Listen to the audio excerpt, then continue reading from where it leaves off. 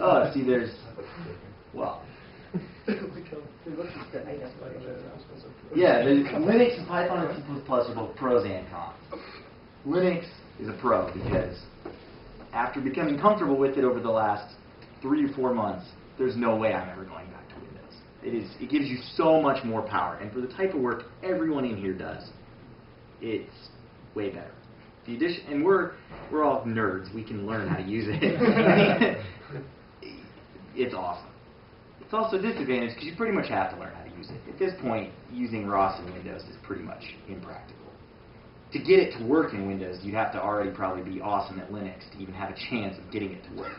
So that's why it's also a con. Same with this Python C++. It's nice because there's only 2 languages you have to know. And if you only know Python, you can use it for basically everything in ROS. It's also a con because what if you have MATLAB code that you like? You'd rather use Mathematica for something. Then you have to sort of figure out how to get it to work. It can be done. People do it all the time. But it's like another layer that you have to do. You guys got it to work with MATLAB code or Mathematica? I have not. I've seen it work. At Disney, that guy, David, that's coming on Friday, had it working with serious MATLAB code in real time, doing 3D dynamical simulation of a 26 degree of freedom robot arm, where the STL files from SolidWorks were imported into MATLAB, and it was doing the ODE 45 solving of the dynamics of the thing and passing them back into ROS. ROS was reading those and deciding the controls to send to actual motors that it was passing out to actual motors, and the real arm was following the ROS representation of the arm, plots of like motor currents as a function of time, like. Yeah. Did you have another question? I was probably going to say it's probably like an extension of that whole message passing thing. Like you can do like pipes and stuff like that. Yeah, yeah. But that sounds cool. And if you write MATLAB code that can be executed from the command line, then getting it integrated is probably not very hard. There's also a fairly straightforward way of converting MATLAB into C files. So next programming. Yep. Yeah, so there's a large library out there. It's sort of the lack of flexibility that ROS provides. It gives you all these tools, but you sort of have to fit into this framework, which there is some overhead associated with that, but it's not ridiculous, which overhead is a con. Is not only do you have to have the software installed, there's a ton to learn. You have to sort of make everything you do fit into their framework, which is kind of a pain. So, is there any other? Go for it. I was going to say, these 2 deserve some explanation why documentation would be on the con side. Because a lot of it is auto-generated. I think I meant to say that earlier and I didn't. So there's a mixture on the ROS website of pages that were created by people, the maintainers of the packages, that are usually pretty helpful, and they give you like to-the-point hints on how to use the software. And then there's lots of other stuff. And that's usually auto-generated from the Willow Labs code.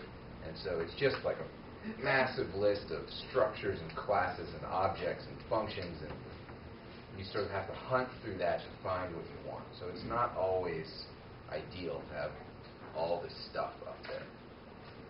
And the 2 sort of go hand in hand. The active development, the fact that they're always releasing updates, a lot of times they end up with documentation that's outdated, that's not accurate anymore.